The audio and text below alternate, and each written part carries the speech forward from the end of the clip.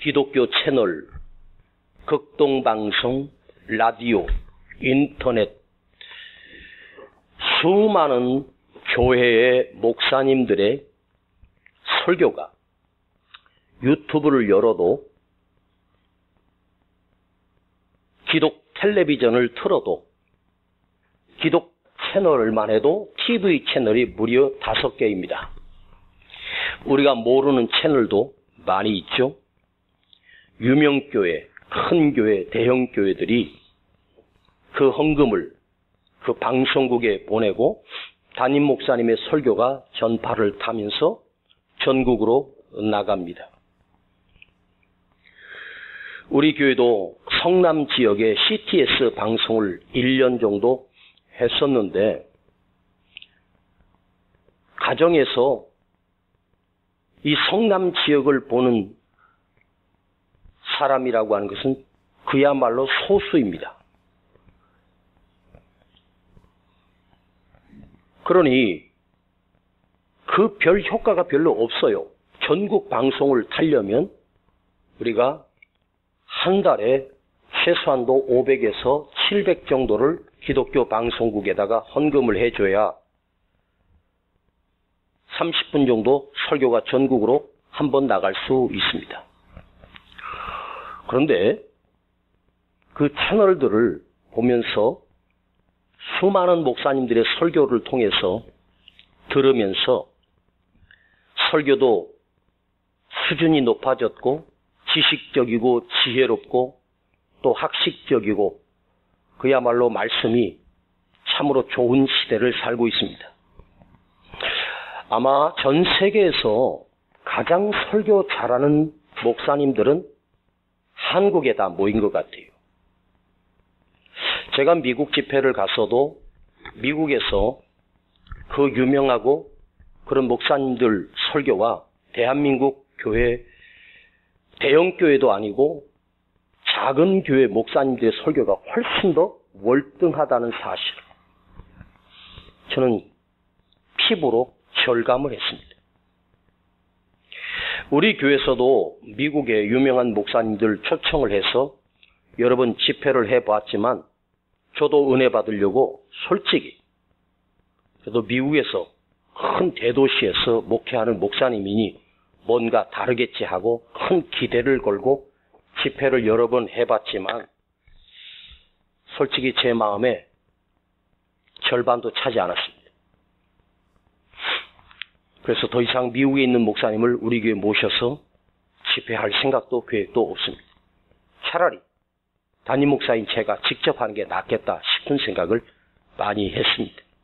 그런데요, 그 설교 속에 성령에 관한 설교가 1%도 없다는 사실입니다. 제목들을 쭉 검색을 해봤는데 성령이 나오는 설교 제목은 몇 년에 단 한 번 있을까 말까? 그리고 1000개 교회 가운데 주일날 성령 설교하는 목사님 설교가 불과 1%도 안 된다는 사실입니다. 한국교회에서 목사가 강단에서 성령을 강조하거나 성령에 대해서 성령 충만해야 된다는 설교를 하면 오늘날 성도들 자체도 별로 좋아하거나 반기지 않습니다.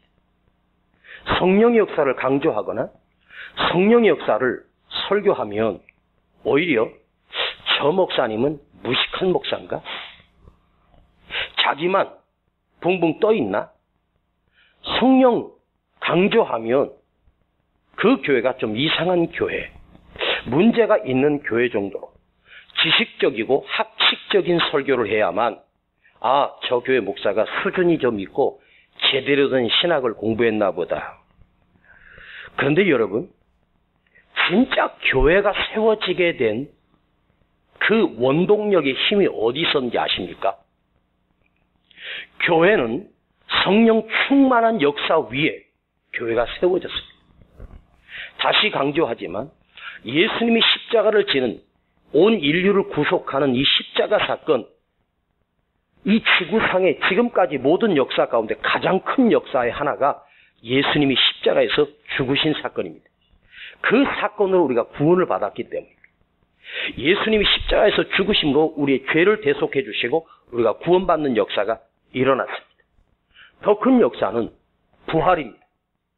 죽은 예수님이 시간적으로 채 사흘도 되지 않고 날로만 해서 사흘이니까 정확하게 말하면 이틀도 되지 않는 짧은 시간 안에 주님이 죽은 자 가운데서 스스로 부활하셔서 살아나셨습니다.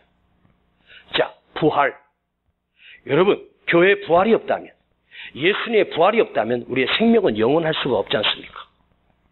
그런데 십자가에 죽으시고 부활하시고 예수님이 제자들과 40일 동안이나 함께 계셨습니다.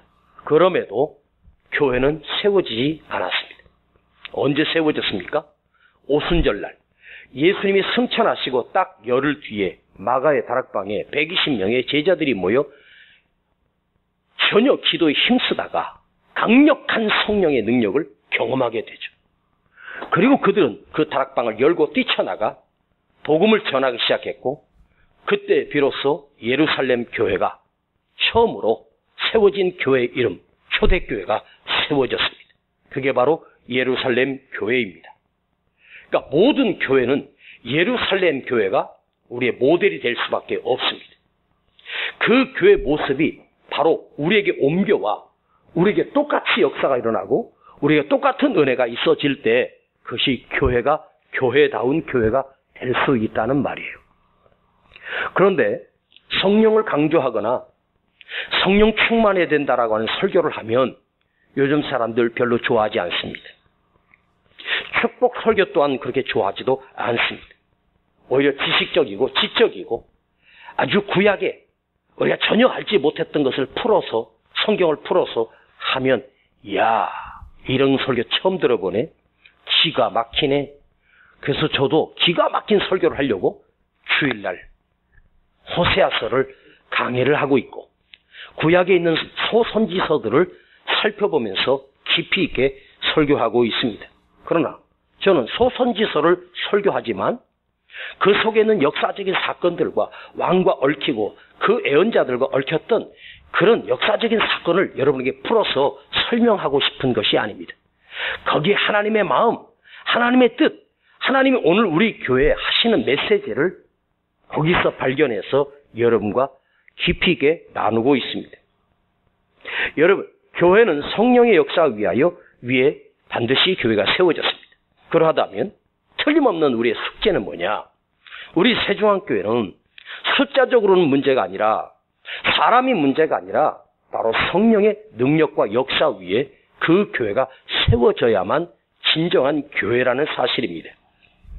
자, 오늘 저와 여러분이 나눌 메시지는 뭐냐면 성령의 역사가 이렇다라고 하는 것에 대해서 수도 없이 설교했으니까 오늘은 성령이 어떤 역할을 했고 성령이 무엇인지에 대하여 우리가 자세히 한번 살펴보려고 합니다. 자, 초대교회는 성령으로 역사한 교회입니다. 성령이 모체가 되어서 교회가 탄생됐습니다. 그래서 사도행전을 다른 말로 하면 성령행전이다. 사도들이 했던 일, 사도들의 행적, 사도들의 행전이라고 하는데 다른 말로 말하면 성령의 강력한 역사로 초대교회가 이루어졌습니다. 그러니까 사도들이 이룬 성령의 역사, 이게 바로 사도행전입니다. 특징은 사도들이 성령을 받고 역사한 것이 아닙니다. 사도들과 120명의 성도들이 성령이 충만해서 역사했다 이렇게 쉽게 하지만 아닙니다. 진짜 성령은 그 사도들을, 초대교회 성도들을 성령께서 고용하시고 성령께서 사로잡혀 내가 성령을 받아들여서 성령이 내 안에 머물러서 성령이 내 안에 충만해져서 내가 그 성령의 힘으로 일한 것이 아니라 성령께서 그들을 고용하셔서 사용하신 것밖에 없습니다. 성령에 사로잡힌 사람들, 그러니까 내가 성령이 충만하다라고 하는 말은 성령의 이끌림을 받는다. 성령의 다스림을 받는다. 성령의 인도함을 받는다는 말입니다. 여러분, 우리는 소위 말하면 성령 하면 마치 내가 가질 수 있고 소유할 수 있는 소유물이라고 착각합니다. 내가 오라면 오고 가라면 가는 그런 성령이 아닙니다. 여러분, 성령님은 뭐냐면 하나님이십니다. 성령님은 바로 우리 주 예수 그리스도이십니다. 그가 보내신 영입니다. 그러니까 성령 또한 성령의 하나님입니다. 성자 하나님, 성부 하나님, 성령 하나님이십니다. 그러니까 내가 오라면 오고 가라면 가는 그런 노예물이 아니라는 거죠. 성령 자체는 하나님이십니다. 더 쉽게 말하면 하나님의 영이십니다. 그 성령 속에는 하나님의 영이 들어있습니다. 다시 말하면 성령 안에 하나님이 계시고 성령 안에 예수님이 계시는 것입니다. 내가 성령이 충만하다는 것은 내 안에 넘쳐 흐르는 영이 아닙니다. 내가 성령에 온전히 의탁하는 것입니다. 내가 성령에 온전히 이끌림을 받는 것입니다. 내가 온전히 성령을 의지할 때 그게 성령이 충만한 사람입니다. 아셨습니까? 그분께 의탁합니다. 그분만을 의지합니다. 그리고 온 전 삶을 주님께 맡기고 드려지는 삶이 바로 성령 충만한 삶입니다. 그래서 나의 모든 인생을 성령께 맡기는 거예요. 성령님 인도하시면. 자, 우리가 성령이 충만하세요 그러면 이 말은 무슨 말이냐? 주님이 우리에게 주셨던 그 말씀에 온전히 내가 순종해 사는 삶이 성령이 충만한 자의 삶입니다. 하나님의 말씀에, 주님의 말씀에 내가 온전히 드리고 순종하고 온전히 의지하는 것, 이것이 바로 성령 충만한 사람입니다. 쉽게 말해서 성령 충만하면 사업 잘 되고 장사 잘 되고 우리 자식들 승진하고 시험에 합격하고 건강해지고 모든 형사가 형통해지는 것, 그게 아니에요. 우리는 성령은 축복을 아닙니다. 성령 충만한 자의 삶이라고 하는 것은 그 성령께 내 전 삶을 맡기고 드려지고 순종하고 의지하는 것입니다. 그게 진짜 성령 충만한 사람입니다. 오히려 이 초대교회, 성령이 충만한 초대교회는요, 성령이 충만했는데 하나님께서 그 초대교회에 축복을 부어주신 것이 아닙니다. 뭐가 찾아왔습니까? 핍박과 고난이 찾아왔습니다. 엄청난 핍박이 찾아왔습니다. 오늘 본문에도 지금 사도들이 잡혔다가 실컷 매를 두들겨 맞고 어떤 죄도 발견할 수 없으니까 다시는 성령을 말하거나 다시는 예수를 증거하면 다음에는 널 죽인다, 위협과 협박을 하고 풀어준 것입니다. 그 사도들이 풀림을 당해서 교회에 모여서 그들이 전심으로 다시 기도했더니 또 다시 그곳에 빌기를 다음에 성령이 충만해졌다고 말합니다. 이유도 없이 맞았습니다. 죄도 없이 맞았습니다. 복음을 전한다는 이유로, 예수를 증거한다는 이유로 감옥에 갇히고 목배임을 당하고 십자가에 거꾸로 달려서 죽임을 당하고 수많은 사람들이 그 초대교회 순교자의 피를 흘렸습니다. 즉 성령이 충만했던 초대교회의 특징은 안진뱅이도 일어나고 죽은 자가 살아나고 사도들의 권세와 권능이 일어났습니다. 아나니아 삽비라가 전부를 바치겠다고 말을 했고 속이고 절반을 빼돌리고 와서 전부라고 속였을 때 베드로는 앉아서 그가 나를 속이고 있다는 사실을 알고 그 말 한마디에 아나니아와 삽비라가 그 자리에서 엎드려져 죽는 사도들의 권세가 있었습니다. 성도들이 사도들의 권세에 누구 하나 감히 따지거나 묻거나 항거하지 않았습니다. 그 성령의 권세에 순복했고 순종했고 복종했습니다. 이런 성령의 역사가 강력하게 나타났습니다. 그런데 거기에 반드시 나타난 것이 뭐냐? 무서운 핍박이 일어났습니다. 성령 충만하면 축복이 아니구나. 성령 충만한 자의 특징은 반드시 밀려오는 것이 핍박과 고난입니다. 핍박이 있었습니다. 오늘 우리 교회 문제는 뭐냐? 핍박이 없다는 거죠. 종교의 자유가 주어져 있기 때문에 핍박이 없습니다.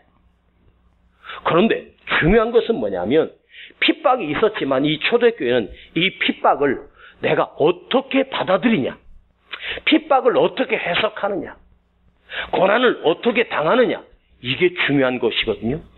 그런데 초대교회는 그 무서운 핍박 앞에서도 하나님 핍박을 없게 해주세요, 이 고난이 사라지게 해주세요, 이렇게 하지 않았어요. 그 핍박이 오는 것을 마땅하고 당연한 것으로 받아들였어요. 없어져야 할 것이 아니라 있어야 할 것이라고, 당연히 있어야 할 것이라고 그 핍박을 그대로 맞이했습니다. 자, 주님이 함께 하시는 교회입니다. 성령이 함께하는 교회입니다. 그런데 왜 그 교회 핍박이 있습니까? 여러분, 성령이 충만한 교회 왜 핍박이 있습니까? 목배임을 당해서 죽고, 매 맞아 죽고, 감옥에 갇히고, 돌에 맞아 죽고. 하나님이 함께 하시잖아요. 성령이 함께 하고 있잖아요. 능력이 부족합니까? 아닙니다. 더 중요한 것은 뭐냐면 이 핍박이 우리의 죄의 대가라고 해석하지 않았다는 것입니다. 우리가 잘못했기 때문에 핍박이 있다고 해석하지 않았습니다. 우리가 부족해서 그렇습니다. 우리가 기도를 덜 했기 때문에 그렇게 불찰입니다. 이러지 않았습니다. 마땅하고 당연한 거. 여러분, 핍박이 있다고, 고난이 있다고 무조건 죄로 여깁니까? 여러분, 초대교회가 완전했을까요? 아닙니다. 초대교회도 불완전한 교회고, 초대교회가 죄가 없을까요? 초대교회도 죄가 있습니다. 그러나 그것을 죄의 대가라고, 이 고난이 온 것은 우리가 잘못 살았기 때문이라고 좌절하지 않았다는 것입니다. 여러분, 우리가 자기 자신을 돌아보고 하나님 앞에 회개하고 내 죄를 고백하는 것은 아름다운 일이에요. 그런데 고난이 무슨 죄의 대가라고, 뭘 어떻게 했더니 이런 일이 왔다고, 11조 떼먹었더니 하나님이 불이 나게 해가지고 쫄딱 망했다고, 다 이유로 찾기 시작하면 비참해지는 거야. 성령이 충만한데 초대교회는 핍박이 있었고 오히려 더 큰 부흥이 일어났습니다. 중요한 것은요, 내게 다가온 고난, 내가 아프고 힘들고 어려운 일이 당했을 때 이걸 내가 어떻게 해석하느냐가 참 중요하다고 했습니다. 자, 여러분, 모든 것을 죄 때문이라고 원인을 가한다면, 자, 오늘 여러분 그래도 건강해서 이 철회에 나오셨지 않습니까? 그렇죠? 건강하니까 철회에 나온 거잖아요. 그럼 내가 건강한 것은 내 의 때문에 건강한 걸까요? 지금까지 잘 먹고 내 평생 잘 먹고 잘 산 건 내가 하나님의 믿음으로 살았기 때문일까요? 여러분, 죄로만 해석한다면 진짜 비참해지는 거예요. 이 죄로 해석하면요, 철저히 율법주의가 되는 거예요. 이런 사람은 더 솔직히 말하면, 엄격히 말하면 믿음의 사람이 아닙니다. 진짜 모든 믿음의 사람이라고 하면 고난을 당하고 고통을 당하고 핍박을 당하고 실패, 아픔을 경험했습니다. 그럼에도 불구하고 하나님의 사랑을 의심하지 않습니다. 하나님의 능력을 의심하지 않습니다. 오히려 핍박 속에서도 그 은혜를 믿습니다. 오히려 핍박 속에서도 그 능력을 믿습니다. 주님의 사랑을 의지합니다. 고난은 심판의 대가가 아닙니다. 자, 요나가 하나님의 말씀을 불순종하여 다시스로 도망가다가 하나님께서 그 배를 쫓아가십니다. 그리고 바다 한가운데서 폭풍을 일으켜서 배를 흔들어 버립니다. 그들이 제비 뽑아서 2번이나 뽑아서 요나가 걸리게 됩니다. 그리고 요나가 바다에 던져지게 되었고, 요나가 물고기에 삼키게 되고, 풍랑을 당하고 고난을 당하고, 또한 이제는 물고기 뱃속에 갇히게 되는 비참한 신세가 됐습니다. 자, 여러분, 요나가 불순종했기 때문에 하나님께서 풍랑을 일으키고, 요나가 불순종했기 때문에 물고기 뱃속에 잡아 넣으신 것일까요? 그게 아니잖아요. 하나님께서 요나를 깨우치게 하시려고, 깨닫게 하시려고, 돌아서게 하시려고, 더 크게 쓰시려고, 니느웨 성을 회복시키시려고 하나님께서 풍랑을 보내시고 물고기까지 준비하신 거예요.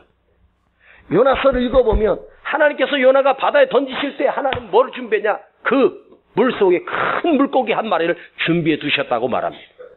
물고기에 삼키지 않았으면 요나는 그 바다에서 무슨 재주로 살아남을 수 있겠습니까? 그러니까 물고기 뱃속에 갇힌 것이 시련도 고통도 아닙니다. 하나님의 은혜가 있었습니다. 하나님의 능력이 그곳에 있었고, 물고기 뱃속에 삼켰지만 하나님께서는 소화되지 않게 물고기 뱃속을 조성하셨고, 자, 물고기 뱃속에 들어가 사람이 어떻게 살겠습니까? 그 산소를 공급하시고, 거기 3일 동안이나 요나가 거기서 숨쉬게 하셨고, 회개하게 했고, 다시 뱉으라 하니까 다시 뱉게 되었고, 그가 니느웨 성에 가서 그 하룻길을 외칠 때 니느웨 성이 회개하는 역사가 일어났습니다. 그러니까 우리는 고난을 내가 왜 이런 일을 당하고, 내가 왜 이렇게 아프고, 내가 왜 이렇게 잘 되는 것이 내가 죄 때문이야, 조상 죄 때문이야, 맨날 조상. 우리 7대 고모 할머니가, 우리 8대 친 할머니가 무당짓을 했대. 그래서 우리 가게는 저주가 흘러. 맨날 가게 흐르는 저주 붙들고 살 거예요? 하나님은요, 고난을 통해서 오히려 우리에게 더 큰 축복이 있다는 사실을 아셔야 합니다. 그걸 내 삶에 깨닫게 하시는 도구가 될 수도 있지 않습니까? 여러분이 오늘 어떤 문제 때문에 나와서 기도 제목을 삼고 그걸 기도할 수 있다면 그 고난이 오히려 우리에게 축복이 될 수 있지 않습니까? 자, 28절을 한번 보시겠습니다. 28절 시작. 하나님의 권능과 뜻대로 이루려고 예정하신 그것을 행하려고 이 성에 모였나이다. 하나님의 권능과 뜻대로 행하려고. 자, 핍박 속에 그들이 풀려나서 그 교회에 모였습니다. 그 모인 것이 하나님의 뜻대로 살려고, 하나님의 권능대로 살려고 우리가 모였다고 해석을 하는 거예요.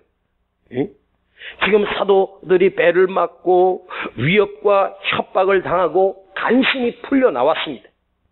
간신히 풀려나와서 즉시 교회로 달려가 함께 그들과 모여서 어떻게 맞았느냐, 몇 대를 맞았느냐, 어떤 협박을 받았냐, 그거 묻지 않았습니다. 그들이 모여서 그 위기 속에서 기도합니다. 그런데 그들이 그 기도 속에서 위기를 이기게 해달라고, 저 핍박이 없어지게 해달라고, 고난이 없어지게 해달라고 단 한 번도 기도하지 않았습니다. 이 위기 속에서 오히려 성령 충만했고 더 간절히 기도했습니다. 아시겠습니까? 이게 바로 초대교회의 아름다운 모습입니다. 할렐루야. 자, 간신히 풀려나오자 그들은 즉시 교회로 달려가 함께 기도하기 시작합니다. 29절과 23절, 30절을 읽습니다. 29절, 30절 시작. 주여, 이제도 저희의 위협함을 하감하옵시고 또 종들로 하여금 담대히 하나님의 말씀을 전하게 하여 주옵시며 손을 내밀어 이 병을 낫게 하시고 표적과 기사를 거룩한 종 예수의 이름으로 이루어지게 하옵소서. 오히려 하나님의 능력과 역사가 더 강력하게 나타나게 하옵소서. 하나님의 살아계심이 더 드러나게 하옵소서. 자, 그런데 그들이 이렇게 기도했습니다. 그런데 여전히 초대교회 안에 핍박이, 고난이 완전히 사라졌습니까? 사라지지 않았습니다. 오히려 더 큰 핍박이 시작됐습니다. 우리가 열심히 기도했더니 하나님께서 내 가난을 면제해 주시고 내 질병을 고쳐주시고 내 핍박에서 해방되게 하셨습니까? 아닙니다. 힘들고 어렵고 여전히 핍박은 계속되고 있고 여전히 몸도 아프고 여전히 문제도 나에겐 있습니다. 간절히 기도했습니다. 그런데 하나님께서 주신 응답이라고 하는 것은 성령이 충만하게 그들 가운데 진동하기 시작했습니다. 자, 31절 큰 소리로 시작. 빌기를 다하며 모인 곳이 진동하더니 무리가 다 성령이 충만하여 하나님께서 그들이 모여서 기도하는 것은 하나님의 진동이 일어났습니다. 하나님의 역사가 일어났습니다. 자, 하나님께서 그것을 흔들어 버리신 것입니다. 자, 이 놀라운 하나님의 능력, 하나님께서 그것을 하나님의 능력으로 진동하셨던 그 하나님께서 고작 그 시시한 핍박 하나 제거 못해 주겠습니까? 그들을 핍박하는 제사장들 무리, 로마의 무리들, 그 바리새인들의 무리들을 하나님께서 일시에 제거해 줄 수 없겠습니까? 얼마든지 하나님께서 그들의 손을 잘라서라도 그들을 죽여서라도 핍박이 없게 하실 수 있었습니다. 그러나 하나님은 그렇게 하지 않았습니다.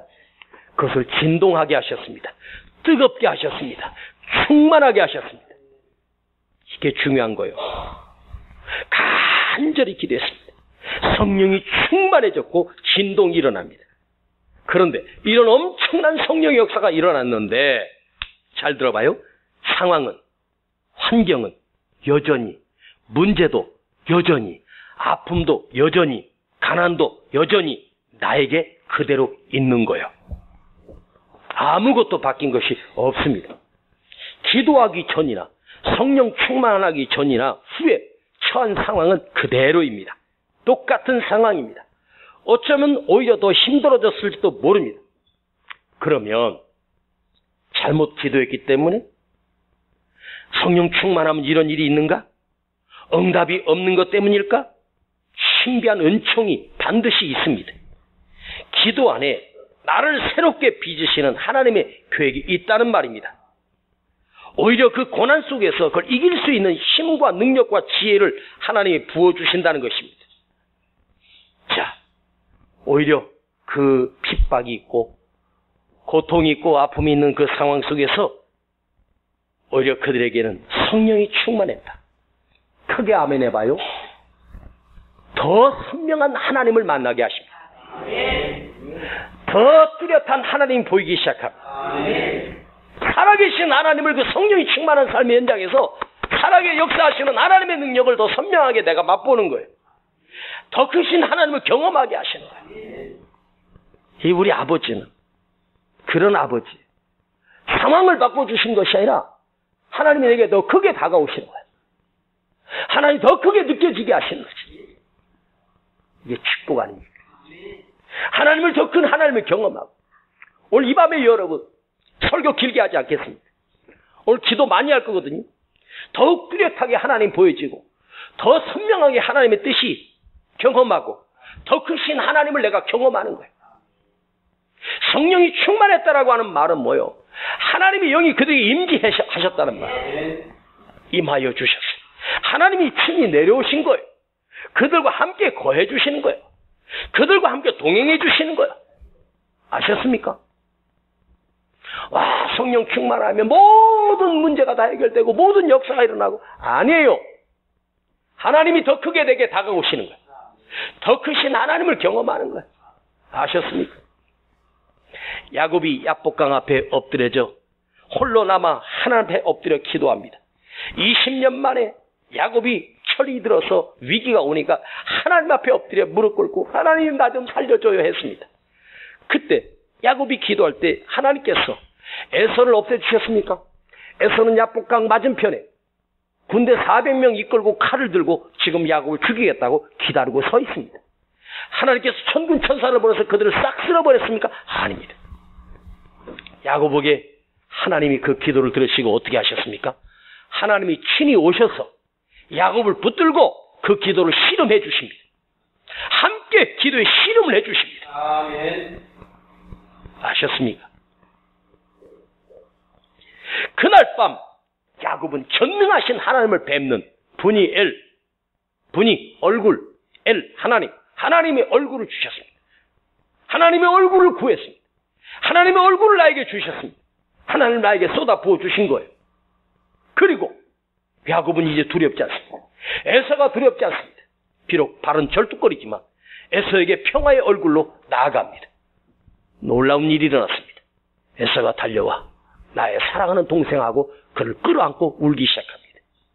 20년 만에 헤어졌던 형제가 다시 만나는 기쁨으로 하나님 바꿔주셨습니다. 환경이 달라진 것이 아닙니다. 내가 바뀐 거예요. 성령 충만하면 내가 달라지는 거예요. 하나님을 경험한 사람, 주님의 은혜를 경험한 사람. 그러면 내게 있는 어떤 고난과 위기와 협박이 있어도 그걸 이길 수 있고 아무렇지 않게 여길 수 있고 넉넉하게 이길 수 있고 뛰어넘을 수 있는 힘이 내게 생기는 거예요. 그게 성령 충만한 자의 삶입니다. 여러분, 기도란 여러분의 삶의 환경을 바꾸는 묘약이 아닙니다. 환경 바꿔주는 능력이 기도에 있는 게 아닙니다. 환경을 탈출하게 하시는 하나님의 능력이 나타나지 않습니다. 오히려 그 상황 속에서 더욱 하나님이 선명해집니다. 더 크신 하나님을 경험하게 돼요. 더 크신 하나님의 은혜를 누리게 됩니다. 그리고 그들은 뛰어나가서 그들이 놓아줄 때 뭐라고 약속하고 놓아줘? 다시는 나가서 복음을 전하지 마라. 예수이라는 이름조차도 너희들 나가서 짓거리지 마. 다음에는 너 죽일 거야. 그들은 담대히 나가서 하나님의 복음을 외쳤습니다. 이게 초대교회 역사입니다. 단순히 입으로만 전한 것이 아니에요. 말씀대로 살았다는 말입니다. 말씀대로 순종했다는 말입니다. 아셨습니까? 내가 말씀대로 살 때 하나님 내 삶의 결과를 책임져 주십니다. 중요한 말인데, 내가 말씀대로 살 때 하나님 내 삶의 모든 결과를 당신이 책임져 주십니다. 오히려 이 사건을 통해서 초대교회가 폭발적으로 성장이 일어나고 폭발적으로 부흥이 일어납니다. 지금 한국교회가 부흥이 식어버렸고 부흥이 끝나버렸습니다. 왜 그럴까요? 성령의 역사를 경험하지 못했기 때문에, 성령의 능력을 경험하지 않고 살기 때문에. 다시 한번 말씀드리면 우리가 이 강력한 성령의 능력을 경험하지 못하고 산다는 것은 신앙생활을 해도 능력을 상실한 채 그냥 교회를 왔다 갔다 하는 거예요. 성령을 경험하고 산다는 것은 내가 어떤 아픔이 있고 어떤 문제가 있고 어떤 질병이 있고 어떤 어려움이 있다고 해도 이걸 뛰어넘을 수 있는 능력과 힘이 내게서 생기는 거예요. 그게 진짜 능력이거든요. 우리 밤에 여러분을 축복합니다. 여러분의 신앙생활에, 여러분의 기도 속에 성령의 강력한 능력이 함께하기를 원합니다. 아멘. 제가 언젠가 말했습니다. 목사에게 가장 치명적인 말이 있다고 했습니다. 그 말이 뭔지 아십니까? 목사님 평생 목회하시면서 성령 받지 말고 목회하십시오. 목사가 강단에서 설교할 때 제가 언젠가 말씀드렸는데 설교 내용이 중요한 것이 아니라 그 말씀 안에 성령의 역사가 있을 때 메시지 하나하나가 심령 속에 박히고 우리를 변화시키고 우리를 뜨겁게 만들지 않습니까? 그게 성령의 역사예요. 아무리 지식적인 말씀을, 아무리 기가 막힌 메시지를 여러분에게 표현하고 전한다 한들 그 안에 성령의 역사가 없으면 그 말씀은 공허에 흩어지는 소리로 끝나버려요. 저는 이곳의 스피커로 이 마이크를 가지고 소리를 진동시키고 끝나는 게 아니라 이 들려지는 하나님의 말씀이 여러분 가슴을 진동시키고 여러분 심령을 진동시키고 여러분 영혼을 진동시키고 그래서 여러분이 살아나고 회복돼야 됩니다. 이 금요철에 나와서 말씀을 듣는 시간에 행복하십니까? 기대를 하십니까? 즐거우십니까? 뭐가 나오면 돈이 나옵니까? 떡이 나옵니까? 아무것도 나오는 게 없는데 그런데도 내 안에서 내 심령 속에서 하나님의 말씀에 성령의 역사가 있어서 내 안에서 꿈틀거리고 가슴이 뜨거워지고 제가 오늘 어디 집회를 인도하고 있는데 젊은 여자 성도가 식사를 대접하면서 하는 말이 그 말을 지금까지 잊지 못해요. 목사님, 예? 목사님 말씀을 들으면요. 제가 목사님 집회 때마다 꼭 휴가를 내서 올라오는데요. 목사님 말씀을 들으면요. 내용보다 가슴이 뜨거워져요. 난 그 말이 지금도 기억이 나요. 목사님 말씀을 들으면 가슴이 뜨거워진대. 그래서 제가 그때 속으로 뭐라고 했는지 아십니까? 이게 진짜다. 말씀을 들으면 가슴이 뜨거워지고 충만해지는 거. 두려움이 사라지는 거죠. 평안이 밀려오고 담대함이 밀려오고 하나님의 능력으로 가득 차는 거죠. 힘들게 하루하루 살아가는 우리 성도들. 올해 경제가 무너졌습니다. 대한민국 디플레이션이 온다고 합니다. 경제 위기가 최대 위기가 찾아왔습니다. IMF는 아무것도 아닙니다. 지금보다 IMF 비하면 IMF가 훨씬 더 좋았답니다. 정말로 힘들답니다. 경제가 마이너스 성장을 할 정도입니다. 은행에서는 금리를 더 내려야 된다고 합니다. 나라가 망하게 생겼습니다. 진짜로. 이렇게 힘든 이 시대를 살아갑니다. 옛날에는요. 그래도 몇 년 전만 해도 명절 때 되면 우리 집사님 권사들이 그래도 목사님 책값이라고 하러 봉투에서 돈도 넣어주고 올해는 아무것도 없더라고. 그래서 내가 기도했습니다. 하나님, 이것들이 명절이 돼도 목사님한테 뭔가 좀 대접하려고 하는 마음도 없습니다. 내가 힘이 들어서 목회를 못하겠습니다. 그랬더니 아버지가 야 얼마나 힘들면 그러겠냐. 얼마나 힘들면 바닥이잖아. 나도 지금 손가락 빨고 사는데 뭘 어떻게 해. 에? 교회마다 헌금이 줄어도 보통 준 게 아닙니다. 완전히 바닥입니다. 에? 이렇게 힘든 세상을 지금 살아가고 있어요. 이렇게 힘들 때 무엇으로 우리가 살아야 되고 무엇으로 우리가 이겨낼 수 있어? 하나님의 말씀이 내 가슴에 타고 들어오고 그 말씀 속에 성령의 역사가 함께 있고 여기가 뜨거워지고 여기가 감동이 일어나면 아무리 힘들고 아무리 어려워도 내가 극복할 수 있는 힘과 능력이 생겨서 벌떡 일어날 수 있고 달려갈 수 있는 거 아니에요? 그렇죠? 중요한 거예요. 목사는 여러분의 심령에 하나님의 은혜로 가득 차고 하나님의 말씀으로 충만하고 성령으로 여러분 가슴속에 불을 지피고 그래서 내가 회복되고 살아나가는 거예요. 할렐루야. 아멘. 아멘. 성령의 역사. 진정한 성령의 역사는 하나님의 말씀 앞에 내가 순종하고 그 성령에 이끌려 살고 그 성령에 순종해 살고 그를 의지하며 살고 어떤 위기가 와도 어떤 고난이 와도 그의 능력을 의지하여 견디고 이기고 다시 일어나는 것. 오늘 여러분의 가슴에 그 뜨거움이 살아나길 축복합니다. 여기가 뜨거운 사람. 예수 믿는 사람은 여기가 아니라 가슴이 뜨거운 사람이야. 응? 가슴이 뜨거워야 돼. 목사에게 가슴의 뜨거움을 잃어버리면 안 되는 거예요. 아셨습니까? 제 또래 많은 목사님들 다 60이 넘어가면 목사님들의 설교가 많이 부드러워져요. 그리고 그 힘이 막 그 열정이 사라지고 그냥 하던 가락으로 은퇴할 때까지 그냥 이렇게 거의 가요. 그런데 제가 나를 생각해 봤어요. 응?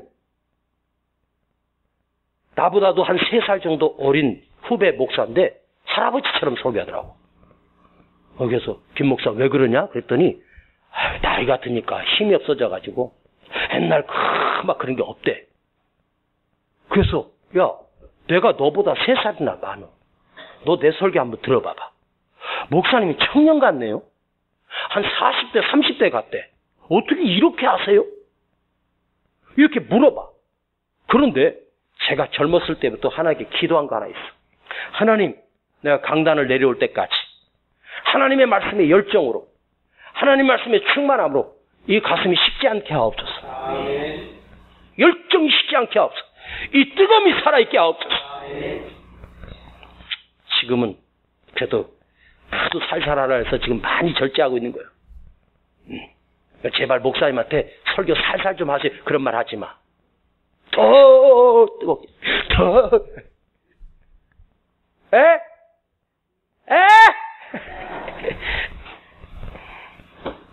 내가 말씀대로 살 때 하나님 내 삶에 결과를 책임져 주셔. 걱정하지 말란 말이야.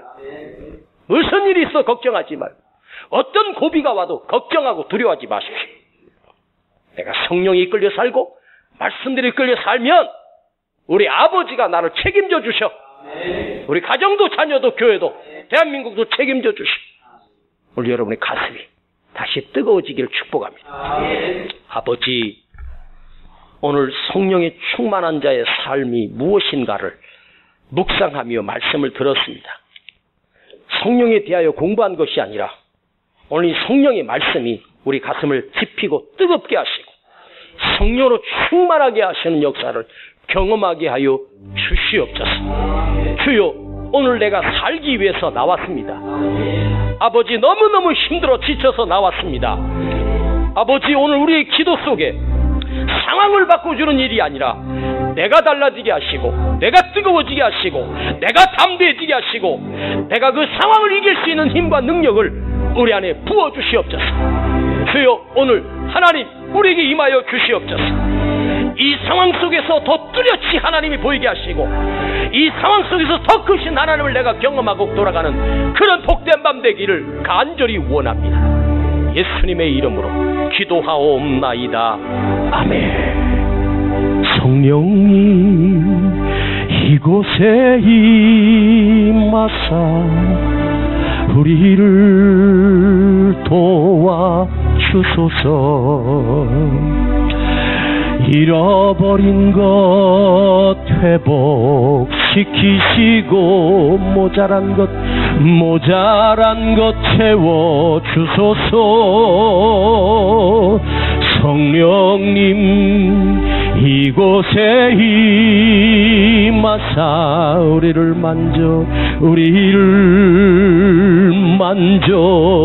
만져주소서.